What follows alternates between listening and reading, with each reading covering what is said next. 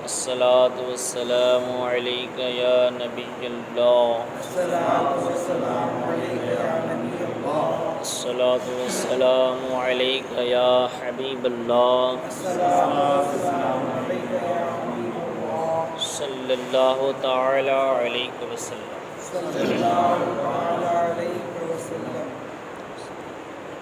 شرب کا بیان چل رہا ہے، جس میں 8 مسئلے بیان ہوئے۔ مسئلہ نمبر 9 سے آج گفتگو ہونی ہے۔ کل کے آخری مسئلے میں یہ سماعت کیا تھا، نہر خاص یا کسی کے مملوک حوض یا کنویں سے وضو کرنے یا کپڑے دھونے کے لیے گڑھے میں پانی بھر کر لا سکتا ہے۔ اس میں اجازت ہے، مالک کی اجازت لینے کی ضرورت نہیں ہے، کیونکہ 3 چیزیں ایسی ہیں جس میں ہر شخص کا حق ہوتا ہے جب تک کہ کوئی خاص آدمی خاص طریقے سے اس کا مالک نہ ہو جائے۔ وہ 3 چیزیں کیا ہیں؟ آگ، پانی اور گھاس۔ مسئلہ نمبر 9، حوض میں اگر پانی خود ہی جمع ہو گیا ہو، مالک حوض نے پانی جمع کرنے کی کوئی ترکیب نہیں کی ہے، یہ حوض نہر خاص کے حکم میں ہے۔ حوض بنا ہوا ہے، مالک نے اس میں پانی جمع کرنے کا کوئی سسٹم بنایا نہیں ہے کہ موٹر کے ذریعے سے پانی بھرا ہو یا کسی اور طریقے سے، بلکہ خود ہی وہ پانی سے بھر گیا، بارش کے پانی سے بھر گیا۔ تو یہ حوض جو ہے نہر خاص کے حکم میں ہے، یعنی جس طرح نہر خاص کا حکم ہے ویسے ہی اس کا بھی حکم ہے۔ دیہاتوں میں تالاب اور گھڑے ہوتے ہیں، برسات میں ادھر ادھر سے پانی بہہ کر آتا ہے اور ان میں جمع ہو جاتا ہے۔ ان کا بھی یہی حکم ہے کہ بغیر اجازت مالک دوسرے لوگ اپنے کھیتوں کی اس سے آب پاشی نہیں کر سکتے۔ دیہاتوں میں جو تالاب ہوتے ہیں، گڑھے ہوتے ہیں، وہ برسات کے پانی کی وجہ سے، برسات کا پانی ادھر ادھر سے جمع ہو کر کے آتا ہے اور ان گڑھوں میں بھر جاتا ہے۔ تو اب وہ گڑھے کا جو مالک ہے، جس کے زمین میں وہ گڑھا بن گیا ہے یا تالاب بنا ہوا ہے، اب وہ پانی جو جمع ہو گیا تو اس کا بھی یہی حکم ہے کہ بغیر اجازت مالک دوسرے لوگ اپنے کھیتوں کی اس سے آب پاشی نہیں کر سکتے۔ کھیتوں کو سیراب کرنے کی بات ہے، پینے کی تو اجازت ہے، جانوروں کو پینے کی، پلانے کی اجازت ہے، لیکن اب وہ پانی نکال کر کے لے جا کر کے اور کھیتوں کو سیراب کرنا، اس کی اجازت نہیں ہے بغیر مالک کی اجازت کے۔ یعنی مالک اجازت دے دے تو جس کو بھی اجازت ملے وہ اس پانی کا استعمال اپنے کھیتوں میں کر سکتا ہے۔ آج کے دور میں کھیتوں کو سیراب کرنے کا یہ طریقہ بالکل پایا ہی نہیں جاتا۔ ان لوگ کنویں سے پانی نکال کر کے سیراب کریں یا اس ڈول بھر بھر کے پانی لے جائیں اور سیراب کریں، بلکہ آج کے دور میں تو موٹر ہو گئے ہیں، سب اپنے اپنے کھیتوں میں موٹر لگا لیتے ہیں، یا کنواں ہے بھی تو کنویں میں موٹر لگا لیتے ہیں، کنواں ہو بھی تو کنویں میں موٹر لگا لیتے ہیں۔ تو پہلے جس طرح محنت اور مشقت سے لوگ کھیتوں کو سیراب کرتے تھے، آج وہ طریقہ موجود نہیں ہے۔ کوئی ایسا علاقہ ہوگا جو بہت بچھڑا علاقہ ہوگا جہاں پانی کی بہت قلت ہوگی، یعنی پینے کے بھی وہاں بہت تکلیف ہوتی ہو، تو ایسی جگہ پر جو پانی گڑھوں میں بھر گئے ہو تو اس سے ڈول وغیرہ سے لے جا کر، جانوروں پہ لاد کر لے جا کر اپنے کھیتوں کو سیراب کرتے ہیں، اور ایسی جگہوں پر کھیتی کرنا بڑا مشکل بھی ہوتا ہے۔ کھیت کے لیے پانی چاہیے، پانی نہ ہو تو کھیتی آپ صحیح طور پر نہیں کر پائیں گے، اس کی فصل کو اچھی طریقے سے نہیں اگا پائیں گے۔ تو جو پانی بھر جاتا ہے اس کا یہ حکم ہے کہ پینے پلانے کی تو اجازت ہے، لیکن اپنے کھیتوں کو سیراب کرنے کی اجازت نہیں ہے، یعنی مالک کی اجازت کے بغیر۔ اگر مالک اجازت دے دے تو، اور اگر ایسا تالاب ہے جس کا کوئی مالک نہیں ہے تو پھر آپ اس پانی کو لے جا سکتے ہیں، ٹھیک ہے۔ لے جانے میں اس بات کا خیال رہے کہ راستے میں اگر کوئی زمین آتی ہو تو اس میں کسی کو تکلیف نہ پہنچے۔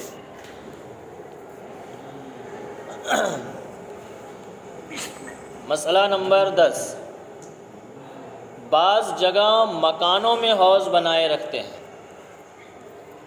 بعض جگہ، یہ تو باہر کی بات تھی، حوض باہر ہو، تالاب ہو۔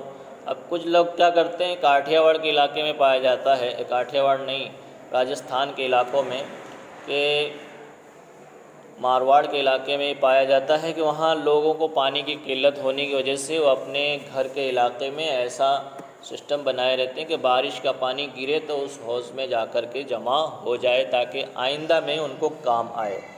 تو بعض جگہ مکانوں میں حوض بنا رکھتے ہیں، برساتی پانی اس میں جمع کر لیتے ہیں اور اپنے استعمال میں لاتے ہیں۔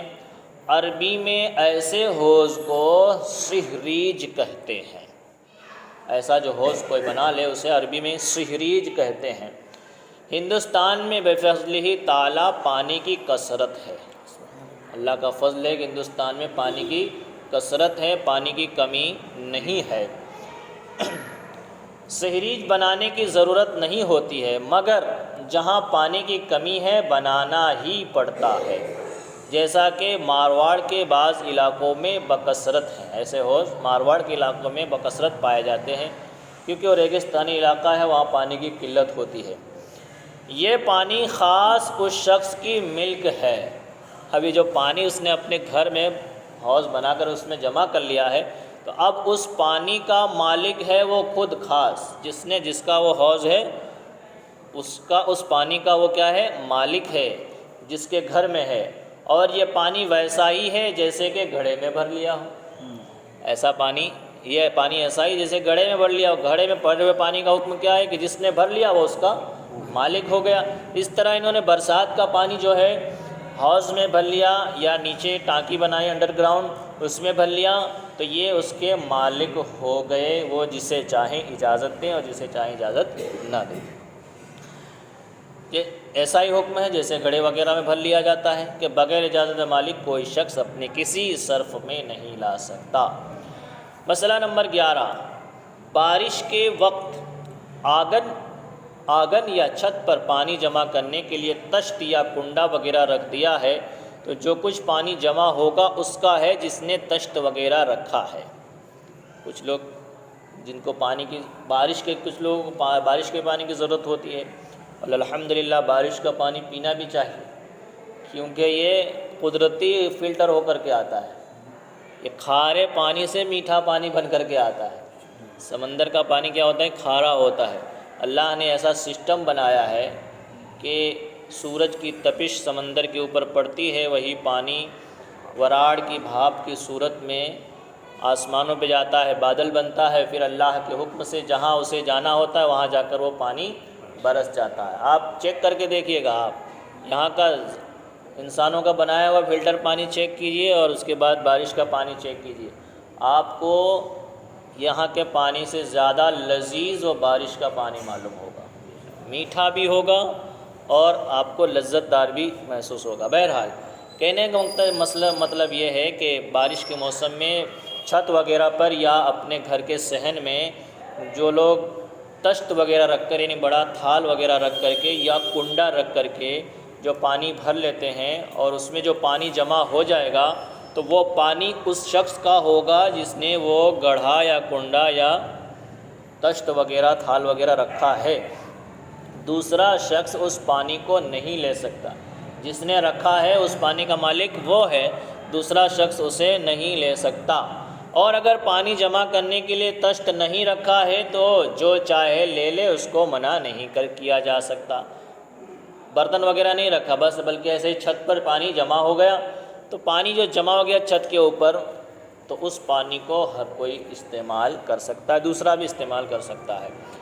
مسئلہ نمبر 12، زمین غیر مملوکہ کی گھاس کسی کی ملک نہیں، یعنی وہ زمین جو کسی کی ملکیت میں نہ ہو، ایسی زمین جس کا کوئی مالک نہ ہو، اس زمین میں جو گھاس اگی ہے وہ گھاس کسی کی ملک نہیں ہے، کوئی اس کا مالک نہیں ہے، جو چاہے کاٹ لائے یا اپنے جانوروں کو چرائے، دوسرا شخص اس کو منع نہیں کر سکتا۔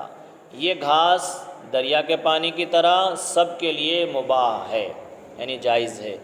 زمین مملوکہ میں گھاس خود ہی جمی ہے، بوئی نہیں گئی۔ یہ گھاس بھی مالک زمین کی ملک نہیں ہے۔ ایسی زمین جس کا کوئی مالک ہے، ابھی آپ نے سنا کہ وہ زمین جس کا کوئی مالک نہ ہو، اس میں جو گھاس اگی ہے اس کو تو ہر کوئی شخص استعمال کر سکتا ہے، واپر سکتا ہے۔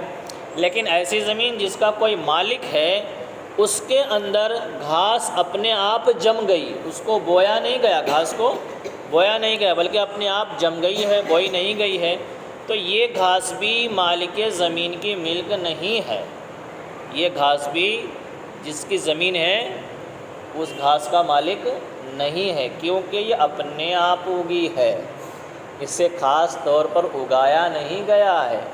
تو جب اپنے آپ اگی ہے تو اس میں سے دوسرا بھی لے جا سکتا ہے، کاٹ سکتا ہے، جب تک کہ اسے محفوظ نہ کر لے، جو چاہے اس کو لے سکتا ہے۔ یعنی مالک جس کی زمین ہے وہ خود اس گھاس کو محفوظ نہ کر لے۔ محفوظ کرنے کا طریقہ یہ ہوگا کہ وہ خود کاٹ کر کے اپنے لیے رکھ لے، تو وہ اس کا مالک ہو گیا۔ لیکن زمین اس کی ہے، گھاس اس کی نہیں ہے، زمین اس کی ہے، گھاس اس کی نہیں ہے، تو اسے ہر کوئی استعمال کر سکتا ہے۔ اگر مالک زمین استعمال کرنا چاہتا ہے تو اس کو خود کاٹ کر رکھ لینا پڑے گا، ایسا نہیں کہ میری زمین ہے اس میں سے کون لے جائے گا۔ اگر دوسرا لے بھی جائے تو کوئی اس کو انکار نہیں کر سکتا۔ مگر مالک زمین دوسرے لوگوں کو اپنی زمین میں آنے سے تو روک سکتا ہے، یہ بات الگ ہے۔ مسئلہ کیا ہے؟ الگ، گھاس کاٹنے سے نہیں روک سکتا، لیکن زمین میں آنے سے روک سکتا ہے کہ بھائی سانپ بھی مر جائے اور لاٹھی بھی نہ ٹوٹے۔ اب کسی کو گھاس سے کیا منع کرنا، اپنی زمین میں آنے سے منع کر دے، تب کیا گھاس بھی نہیں جائے گی اور زمین میں اس کا استعمال بھی نہیں ہوگا۔ تو اس طرح ہو سکتا ہے، کیونکہ وہ زمین کا وہ خود مالک ہے، وہ چاہے تو اپنی زمین میں کسی کو آنے دے اور چاہے تو نہ آنے دے، لیکن گھاس کا وہ مالک نہیں ہے۔ یہی وجہ ہے کہ جو جانور پالنے والے ہوتے ہیں وہ صرف اپنے کھیت سے گھاس نہیں کاٹتے، وہ سب کھیتوں سے گھاس کاٹ کر کے لاتے ہیں، سب کے کھیتوں میں چلے جاتے ہیں، گھاس کاٹ لاتے ہیں۔ اور یہ مشہور و معروف ہے، میرے پاس جانور ہے تو میں ایسا نہیں کہ اپنے کھیت سے ہی گھاس کاٹوں، بلکہ دوسرے کے کھیت سے گھاس کاٹتا ہوں۔ دوسرے کے پاس جانور ہو تو ایسا نہیں کہ وہ اس کے ہی کھیت سے گھاس کاٹ کر کے لائے، یا اس کی زمین سے گھاس کاٹ کر لائے، وہ دوسروں کے کھیت سے بھی زمین سے گھاس کاٹ کر کے لا سکتا ہے۔ تو بہرحال جو گھاس ہے وہ اپنے آپ اگی ہے تو اس کا وہ مالک نہیں ہوگا، زمین میں آنے سے لوگوں کو روک سکتا ہے۔ اس صورت میں اگر مالک زمین لوگوں کو اور ان کے جانوروں کو اپنی زمین میں آنے سے منع کرتا ہے اور لوگ یہ کہتے ہیں کہ ہم گھاس کاٹیں گے یا اپنے جانور چرائیں گے، اگر قریب میں زمین غیر مملوکہ ہے جس میں گھاس موجود ہے تو لوگوں سے کہا جائے گا کہ اپنے جانوروں کو وہاں چرا لو یا وہاں سے گھاس کاٹ لو، اور اگر زمین قریب میں نہ ہو تو مالک زمین سے کہا جائے گا کہ ان لوگوں کو اجازت دو یا تم خود اپنی زمین سے گھاس کاٹ کر ان کو دے دو۔ یعنی مالک کی زمین میں گھاس اگی ہے، اب وہ کیا کہتا ہے کہ میری زمین میں نہیں آنا، لیکن یہ لوگ کیا کہتے ہیں، نہیں ہم تو گھاس کاٹیں گے، اپنے جانور بھی چرائیں گے۔ تو اب دو چیزیں ہیں، یہ دیکھا جائے گا کہ اگل بغل کوئی دوسری زمین بھی ایسی ہے جس میں گھاس اگی ہوئی ہے، جس کا کوئی مالک نہیں، جس زمین کا کوئی مالک نہیں ہے۔ اگر اگل بغل میں کوئی ایسی زمین ہے جس کا کوئی مالک نہیں ہے تو لوگوں سے یہ کہا جائے گا کہ بھائی تم زبردستی اس کے زمین میں جانے کی کوشش کیوں کرتے ہو، تم فلاں زمین میں اپنی گھاس کاٹ لو، جانوروں کو چرا لو، کیونکہ اس کا کوئی مالک نہیں ہے۔ یہ کب ہے؟ جب دوسری زمین موجود ہو جس کا کوئی مالک نہ ہو۔ اور اگر ایسا ہو کہ بھائی مالک ہی کی زمین میں گھاس ہے، کہیں اور ہے ہی نہیں، اور یا ہے یہ سب کاٹ کر کے لے گئے، تو اب مالک زمین سے کہا جائے گا کہ بھائی تم ذرا مہربانی کرو، یا تو ان کو اپنی زمین میں آنے دو، لوگوں کو چرانے دو، یا تو تم خود گھاس کاٹ کر کے ان کو دے دو۔ اس طریقے سے معاملے کو حل کیا جائے گا۔ اور اگر مالک زمین نے گھاس کاٹ کر محفوظ کر لیا ہے تو دوسرا شخص اس کو نہیں لے سکتا، یہ مملوک ہو گئی۔ مالک زمین نے زمین کی گھاس کو کاٹ کر کے اپنے لیے محفوظ کر لیا تو اب وہ خود مالک ہو گیا، اب دوسرا نہیں لے سکتا۔ اگر مالک زمین نے گھاس بو رکھی ہے یا اپنی زمین کو جوت کر اس میں پانی دیا اور اسی لیے چھوڑ رکھا ہے کہ اس میں گھاس جمے تو یہ گھاس اس مالک زمین کی ہے۔ ابھی تک آپ نے جو سنا ہے وہ گھاس تھی جو اپنے آپ اگتی تھی، یعنی اپنے آپ قدرتی طور پر وہ اگ گئی تھی، اس کو اگانے کی کوشش نہیں کی گئی۔ اب یہ مسئلہ ہے کہ کسی نے اپنی زمین کو جوت کر کے اس کو کھود کر کے پانی وغیرہ ڈال کر کے اسی لیے چھوڑ رکھا ہے تاکہ اس میں گھاس اگے اور اس گھاس سے اپنے جانوروں کو کھلائے یا اس گھاس کو بیچے، تو اب اس صورت میں وہ مالک زمین اس گھاس کا مالک ہو جائے گا، کیونکہ اس نے خود اس گھاس کو اگانے کے لیے محنت کی ہے، پانی ڈالا ہے، کھیت کی جوتائی کی ہے۔ تو اب وہ گھاس جو اس نے جمائی ہے، جمی نہیں ہے، اگی نہیں اپنے آپ، اس نے اگائی ہے، تو پھر وہ اب اس گھاس کا مالک ہے۔ دوسرا شخص نہ اسے لے سکتا ہے نہ اپنے جانوروں کو چرا سکتا ہے، کیونکہ وہ خاص مالک ہو گیا ہے اس کا، اس نے گھاس جمائی ہے، اگائی ہے۔ کسی دوسرے نے یہ گھاس کاٹ لی تو مالک زمین والا اس کو واپس لے سکتا ہے۔ کسی نے گھاس اپنی بنائی تھی اور اس سے کوئی لے کر کے چلا گیا تو جو مالک زمین ہے، زمین کا مالک ہے، وہ اس لے جانے والے سے لے سکتا ہے اور گھاس کو بیچ بھی سکتا ہے، کیونکہ اس نے خود اگائی ہے، اپنے آپ گھاس نہیں اگی۔ اپنے آپ کب ہوگی؟ جب بارش کا پانی ہو اور اپنے آپ وہ گھاس کیا ہو جائے، اگ جائے۔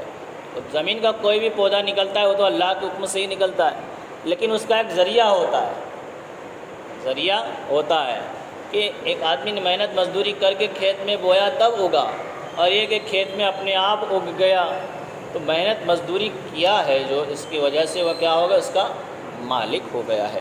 مسئلہ نمبر 13، آگ میں بھی سب لوگ شریک ہیں۔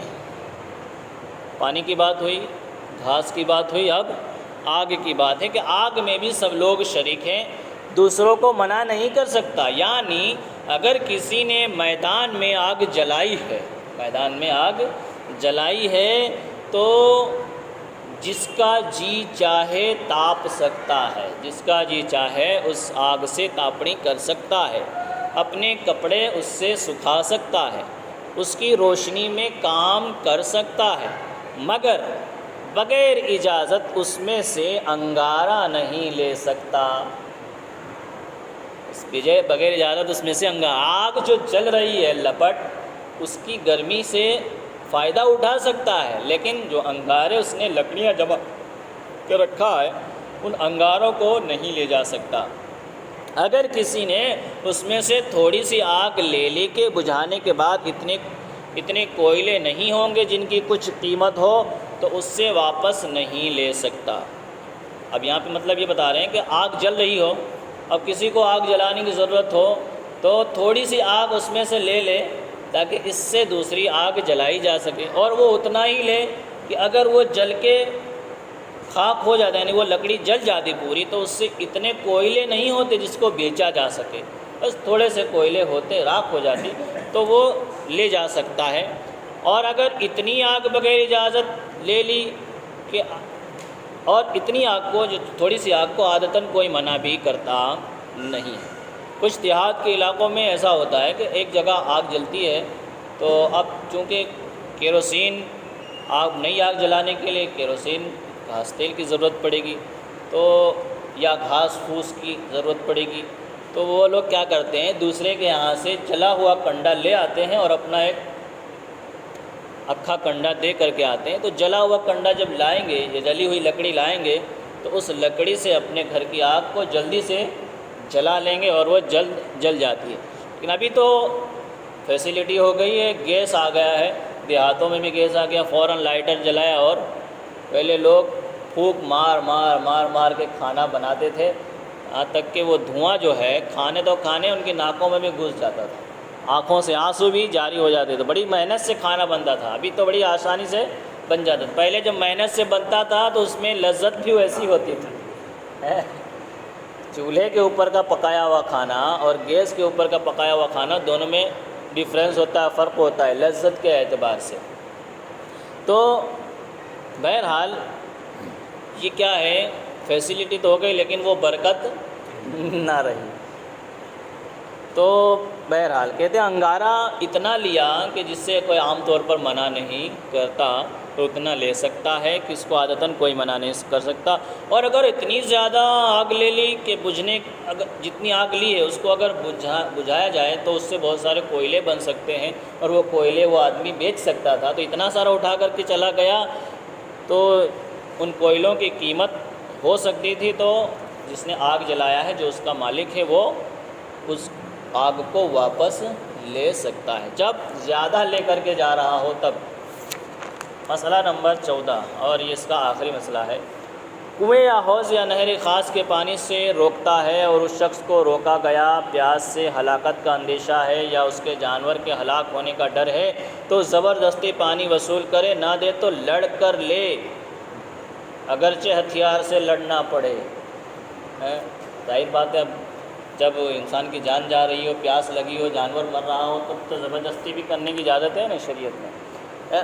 کنواں ہو یا حوض ہو یا خاص نہر ہو، اس پانی سے اگر کوئی روکتا ہے تو اس شخص کو، ایسے شخص کو روکا گیا جو پیاس سے تڑپ رہا ہے، اور پیاس ایسی ہے کہ اگر نہیں پیے گا تو ہلاک ہو جائے گا، جان چلی جائے گی، یا اس کے جانور ہلاک ہونے کا ڈر ہے، جانور کو پانی نہیں پلائے گا تو ہلاک ہو جائیں گے۔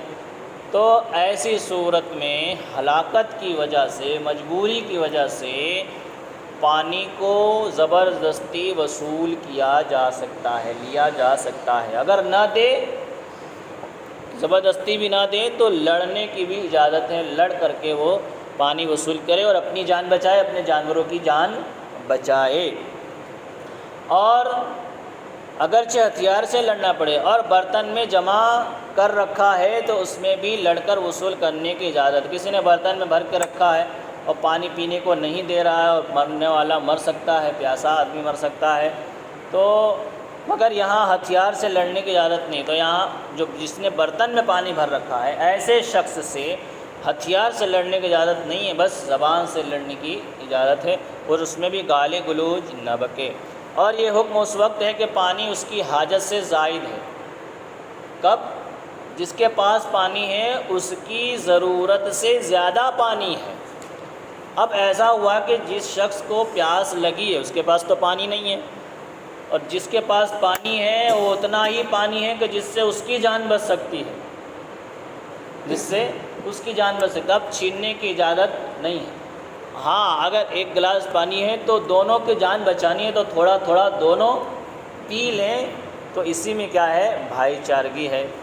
تو کب یہ لڑنے کی اجازت ہے؟ جب پانی ضرورت سے زیادہ اس کے پاس موجود ہو۔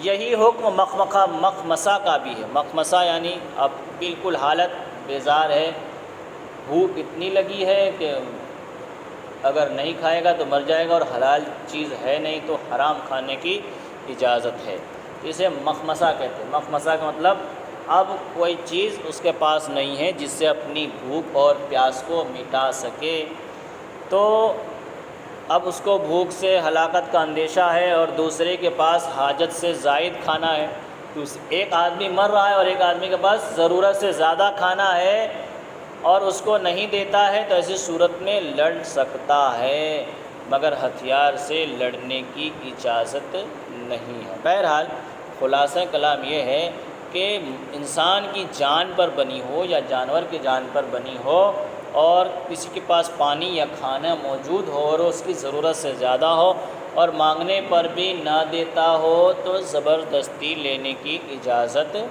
ہے۔ تو بہرحال کہنے کا مطلب یہ کہ زبردستی لینے کی اجازت ہے، یہ کہ ایسا نہیں کہ تھوڑی سی پیاس لگی ہے نہیں دینا تو زبردستی لے لیں۔ یہ پیاس اس وقت کی بات ہے جب آپ برداشت نہ کر سکتے ہوں، تب زبردستی لینے کی اجازت ہے، ورنہ اس کے علاوہ آپ کو تھوڑی سی ضرورت ہے اور آپ چاہیں کہ شریعت نے اجازت دی زبردستی لے لینا، پیاس لگے تو لے لینا ہے، تو اس طرح جائز نہیں ہے۔ یہ اس وقت کی حالت ہے جب پانی نہ مل رہا ہو، کھانا نہ مل رہا ہو، یعنی بالکل حاجت ایسی ہے کہ اگر نہیں کھائے گا نہیں پیے گا تو ہلاک ہو جائے گا، ختم ہو جائے گا، مر جائے گا، تب اس کی اجازت ہے، ورنہ اس کے علاوہ کی اجازت نہیں ہے۔ خلاصہ کلام یہ ہے کہ شرب میں یہ حکم ہے کہ 3 چیزوں میں ہر شخص شریک ہے جب تک کہ اس چیز کا خاص طور پر کوئی مالک نہ ہو جائے۔ وہ 3 چیزیں کیا ہیں؟ آگ، گھاس اور پانی، کیونکہ یہ اللہ کے حکم سے ہوتا ہے اور بندہ ان چیزوں کا عام طور پر مالک نہیں ہوتا، یہ حدیث پاک سے ثابت ہے۔